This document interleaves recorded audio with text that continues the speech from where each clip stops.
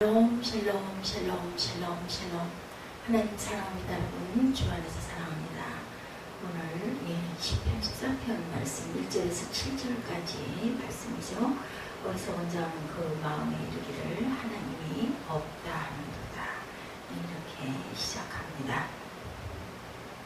여호와께서 하늘에서 인생을 보고 살피사 지각 있는 하나님을 찾는 자가 있는 자가 보려고 하십니다. 다 함께 더러운 자가 되고 선을 행하는 자가 없으니 하나도 없도다. 이렇게 한탄하는 내용이죠.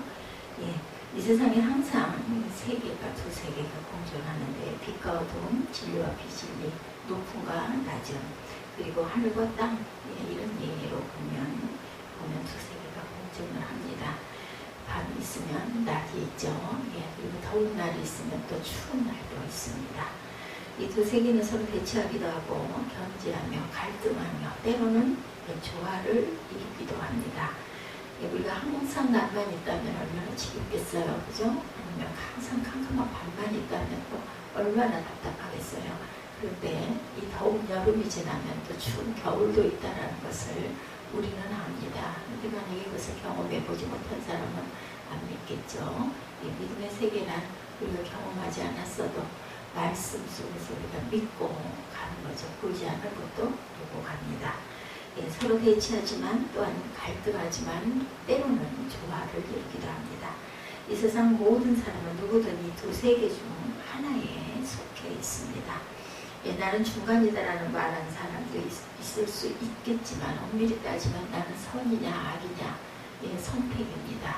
악한 자리에 서 있을 수도 있고 그 사람은 착해 아니면 못됐어 이렇게 우리들 얘기하죠.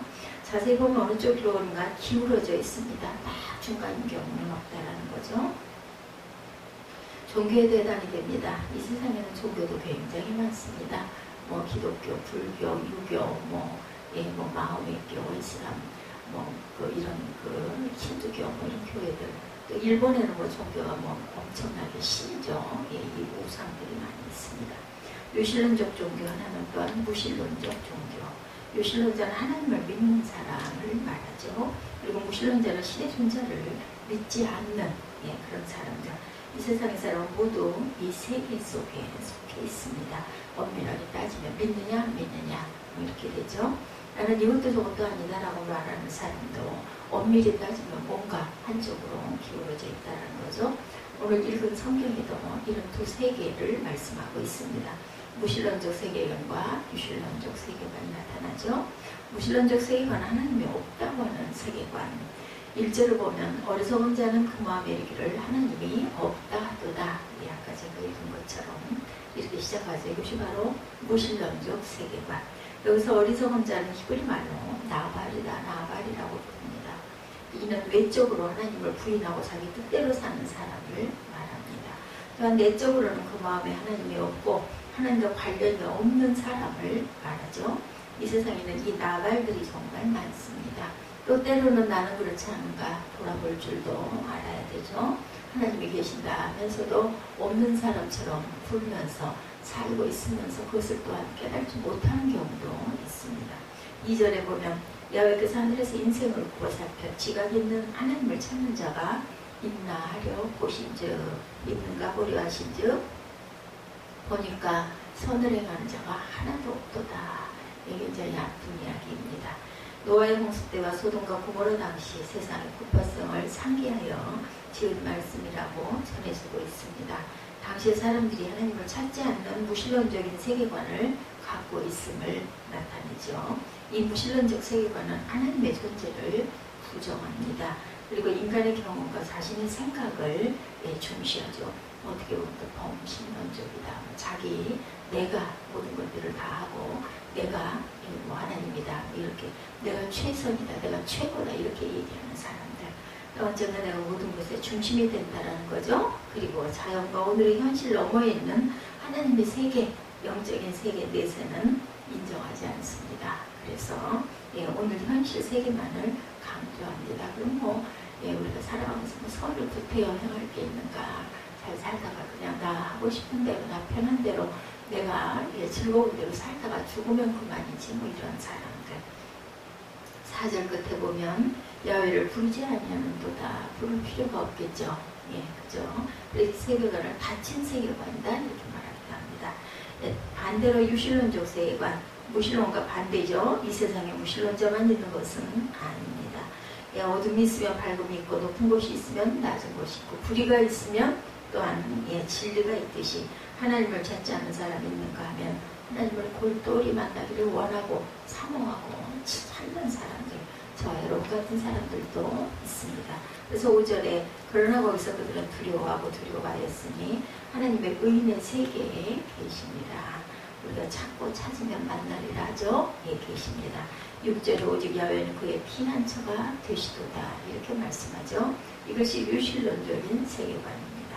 이 유실론적 세계관을 현재의 자연세계와 지상의 세계를 넘어 천상의 세계를 알아봅니다. 그리고 현실의 세계를 넘어 영적인 세계를 보고 오늘의 역사를 넘어 내일의 세계를 바라보죠.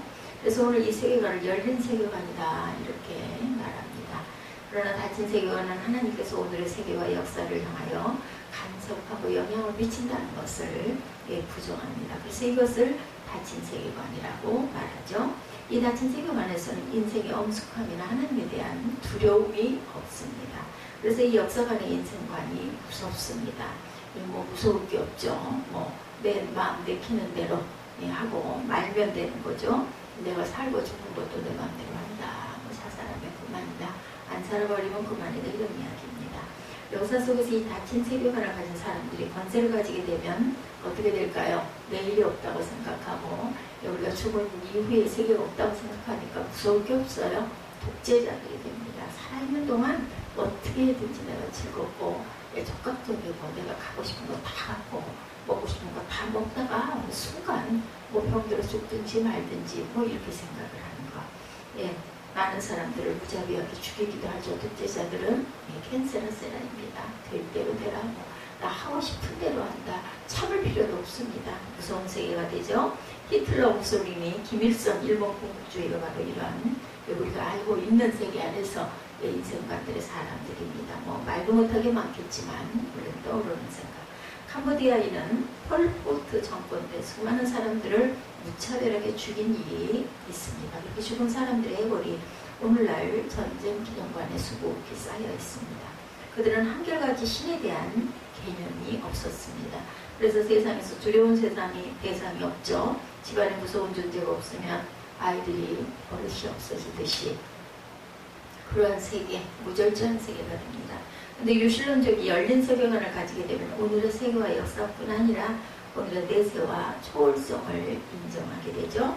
또한 그 세계 가운데 계속해서 일하시는 하나님의 역사하심과 섭리하심을 믿습니다. 그래서 이 세계관을 열린 세계관이라고 말합니다. 그러니까 그 삶에 엄숙함이 있고 하늘을 두려워하고 언제나 심판을 염두에 두고 살아갑니다. 그래서 타락을 해도 정도를 넘지 않고 크게 타락하지 않고 돌이키게 되죠. 죄를 지어도 정도를 넘지 않고 흉악한 죄를 짓지 않게 됩니다. 무서워하게 됩니다. 두려움이 생기죠. 또한 넘어져도 아주 넘어지지 않고 일어섭니다. 이렇게 이 세상에는 이 두 세계관이 공존하고 어떤 세계관이냐에 따라서 엄청난 차이가 있습니다. 이 세상 모든 사람은 이 두 세계관 중 하나에 속해 있다라는 거죠. 엄밀하게 따지면 시편 14편은 다윗이 지은 시죠. 그 시대를 살아가던 사람들이 믿는 하나님의 백성들이라고 하지만 모두가 부패하고 타락하고 하나님을 무시하고 사는 것이 너무나 안타까웠어요. 그래서 다윗은 그 모습을 보면서 통탄하게 여겨서 이 시를 씁니다. 그리고 이 시를 통해 너희들이 바로 무신론자들이다 라고 외치고 있습니다. 껍데기와 모양만 하나님 백성이지만 그 안에는 무신론자보다도 더 타락하고 부패하고 있다라고 지적을 합니다. 사도 바울도 마찬가지로 에베소서 4장 17절에 강조합니다. 이제부터 너희는 이방인이 그 마음에 허망한 것으로 행한 것 같이 행하지 말라. 그들의 감각 없는 자가 되어 방탕에 방임하여 모든 더러운 것으로 행하되 오직 너희는 그리스도를 그같이 배우지 아니하느니라 이렇게 말합니다. 오직 너희는 심령이 새롭게 되어 하나님을 따라 의와 진리와 거룩함으로 지으심을 받은 새 사람을 이루라. 하나님을 전혀 모르는 무신론자보다 하나님을 어렴풋이 아는 무신론자들이 더 무섭습니다. 모르는 사람들은 설명하고 전하면 믿고 받아들이는데 어렴풋이 아는 사람들이 타락하고 부패하면 더 무서운 사람들이 된다는 것. 심지어는 적그리스도가 되기도 하죠. 적그리스도는 하나님을 아는 사람이 타락한 경우입니다. 사탄도 천사가 하나님께 반기를 들고 타락함으로 사탄이 되었죠. 네, 이사야 14장 12절에서 15절에 그렇게 고백되어 있습니다. 오늘 안티기독교인들도 기독교를 잘 아는 사람들입니다. 전에 교회에서 상처를 받았거나 예에서 혐오감을 느꼈거나 상처받아 떠나간 사람들이 이런 사람들이 됩니다. 그들은 기독교를 잘 알기 때문에 비판하고 스스로 안티가 되고 무신론자가 됩니다. 다윗은 이 시를 통해서 자신은 하나님 백성이고 하나님을 섬긴다라고 말하지만 다윗이 볼 때는 무신론자들과 같다고 책망을 합니다. 자신도 다윗은 하나님 안에 있는 무신론자들을 보고 책망을 하는데 이는 참으로 무서운 지적입니다. 이 지적은 오늘 교회 안에 들어와 있는 그리스도인들이 다 그리스도인이 아니라는 메시지를 전하는 말씀입니다. 우리도 나도 혹시 그렇지 않을까? 나도 입으로만 하나님을 믿는다 하지 않을까? 저도 그런 고민을 할 때가 있습니다. 말로만 우리 이런 얘기 많이 하죠. 아이들에게도 그런 얘기 많이 합니다. 말로만 말 잘 듣는다 그래? 말로만 열심히 하겠다 그래? 뭐 이런 얘기인 것처럼 나도 말로만 떠들고 있는 게 아닌가. 오늘 교회 안에 들어와 있는 그리스도인들 중에는 그리스도인들이 옷만 입었을 뿐 모두 진정한 그리스도인이 아닐 수 있다는 지적입니다. 인생의 세 때, 사람의 인생에는 세 가지의 때가 있다고 합니다. 한때는 태어나는 때, 모든 사람에게는 태어나는 때가 있습니다. 이 태어나는 시간은 인생을 출발하는 시작의 시간이죠. 모든 일의 출발이 좋아야 하듯이 사람의 출생도 모든 가족들이 기다리고 축복하는 가운데 시작이 되어야 합니다. 왜냐하면 출발이 좋아야 결과에도 좋은 영향을 끼치기 때문입니다. 얼마 전 육상대회에 나왔던 우사인 볼트라는 선수 보면 출발이 좋지 않으니까 당연히 결과도 좋지가 않았습니다. 그렇게 결혼도 부부됨도 첫 아이를 낳음도 엄숙함 속에서 시작되어야 한다. 특히 어린 생명이 세상에 태어나는 시간은 당연히 더 엄숙하고 복된 자리가 되어야 되죠. 나는 어떻게 태어났어요? 이렇게 아이가 물으면 실수로 너를 원하지도 않았는데 태어났다. 이렇게 얘기해서는 얼마나 아이가 슬프겠습니까? 부모로서의 온전한 대답이 아니죠. 오늘 온 가족이 기도하고 기다리는 중에 10달을 잘 지나면서 태어났다. 그렇게 대답할 수 있어야 되죠. 출발이 좋아야 하기 때문입니다. 시편 14편 말씀입니다. 이렇게 사람에게는 인생의 시작일 때, 즉 태어나는 때가 있습니다. 한때는 태어나는 때입니다. 두 번째 때는 죽음의 때이죠. 히브리서 9장 27절에서 28절에 사람이 한번 죽는 것은 사람에게 정해진 날이다 라고 말씀합니다. 사람이 태어날 때는 모든 가족의 기다림과 축복 속에 행복하게 태어나야 하고 또 나의 생명이 다하는 날 그 시간도 엄숙하게 준비된 가운데 맞아들이는 사람이 복된 사람입니다. 불시에 내가 원하지 않았는데 그럴 이유가 하나도 없는데 사고로 돌아가는 수도 있지만 사실은 정말 내가 잘 기다려서 갈 길을 준비하고 그리고 정리하고 기도하는 가운데 가는 것처럼 복된 모습이 없죠. 죽음 자체는 엄숙합니다. 어떤 분은 마지막 순간을 멋있게 장식하고 아주 부드럽게 모든 사람들에게 은혜를 끼치고 돌아가는 분들 준비된 사람이죠. 그렇게 노년의 인생을 멋있게 살고 멋있게 갈수록 어때요? 우리가 늘 준비하고 가야 되겠다. 세 번째는 하나님 앞에 서는 때가 있습니다. 우리가 태어날 때 그리고 죽을 때 그 다음에는 끝이 아니죠. 우리 유신론자들에게는 이 하나님의 심판의 때가 하나님을 만나는 때가 있습니다. 잘 믿고 하나님을 사모했던 사람들은 정말 사모했던 만큼 은혜롭게 하나님을 만나고 눈물을 씻어주시는 주님을 뵙습니다. 그렇지 않은 사람은 무서운 두려움 가운데 무서움과 떨림 가운데 억지로 끌려가다시피 하죠. 히브리서 9장 28절에 사람에게 한번 죽는 것이 정해진 시간이요 그 다음은 심판이 있으리라. 이 성경에 기록되어 있습니다. 이 대목이 우리 삶을 더욱 엄숙하게 만드는 대목인데 오늘 본문 1절에도 보면 어리석은 사람은 그 마음에 이르기를 하나님이 없다 하는도다. 하나님이 없다고 생각하는 이 생각이 참으로 무서운 생각입니다. 우리 그런 얘기하죠. 모르는 것이 무식하다. 모르는 것은 무서운 게 없다. 초보자들이 왕왕 밟고 가는 거 모르니까 뭘 모르니까 그런다 이런 얘기하죠. 이 세상에 무서울 것이 없는 자세로 살게 되는 거죠. 1절에 그들은 부패하고 그 행실이 가증하니 선을 행하는 자가 없도다. 4절에도 죄악을 행하는 자는 다 무지하냐. 그게 떡 먹듯이 내 백성을 먹으면서 야훼를 부르지 아니한도다. 이렇게 말씀합니다. 이 세상에 두려울 것이 없다는 말이죠. 그러니 이것이 얼마나 무서운 인생관일까요? 그래서 독재자들이 나오죠. 우리는 장차 두 가지 엄숙한 시간을 맞게 됩니다. 하나는 죽음의 시간, 이제 이 시간은 세상에서 가장 엄숙한 시간입니다. 그래서 사람들은 죽음의 장소에서는 말도 줄이고 웃음도 줄입니다. 그만큼 죽음은 엄숙한 것이기 때문이고 또 누구나 한 번은 꼭 겪어야 할 일이기 때문이죠. 우리는 이 시간을 생각하면서 살아가야 됩니다. 또 한 시간은 우리들이 죽어서 하나님 앞에 서는 시간. 그 시간은 내가 이 세상을 살아간 대로 심판을 받는 시간입니다. 점차 우리는 모두 죽는 것으로 끝나지 않고 하나님 앞에 서는 시간을 우리는 맞이하게 될 것입니다. 우리 그리스도인들이 이 시간 때문에 이 세상을 더구나 함부로 살 수가 없죠. 사도 바울은 이 두 시간을 학수고대하면서 삽니다.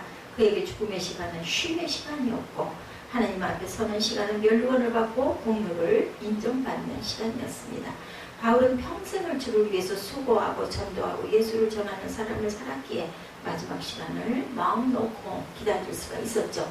그런데 누구나 그런 것은 아닙니다. 무신론자들은 그 시간을 억지로 무시하고 살아갑니다. 그들의 개념 속에 하나님 앞에 서는 시간 따위는 생각하려 하지 않습니다. 그들의 생각 속에는 하나님 자체가 없기 때문입니다. 그래서 장차 있을 심판이나 하나님 앞에 서는 것 이런 거 아무 생각 없죠. 그런데 이 세상에 정말 무신론자가 존재할 수 있을까? 종말의 순간이 다가와도 난 무신론자니까 그냥 뭐 끝나라 그래라 이렇게 하는 사람이 있을까? 히브리인들의 격언에 사탄도 중병에 걸리면 천사가 된다는 말이 있습니다. 포악한 사형술들도 사형당할 시간이 다가오면 모두 다 천사의 마음이 됩니다.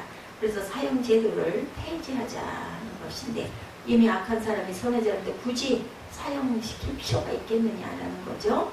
어리석은 자는 그 마음에 이르기를 하나님이 없다 하도다. 하나님이 없다고 생각하니까 삶이 타락합니다. 무서운 게 없습니다. 성경에 그들은 부패하고 행실이 가증하니 선을 행하는 자가 하나도 없도다라고 지적합니다. 그동안 논란을 일으켰던 임신한 아내를 살해한 어느 의사가 20년형 유죄 판결을 받았습니다. 그 아내는 한 달 후면 아이를 해산할 임산부였는데 산모가 아이와 함께 죽었어요.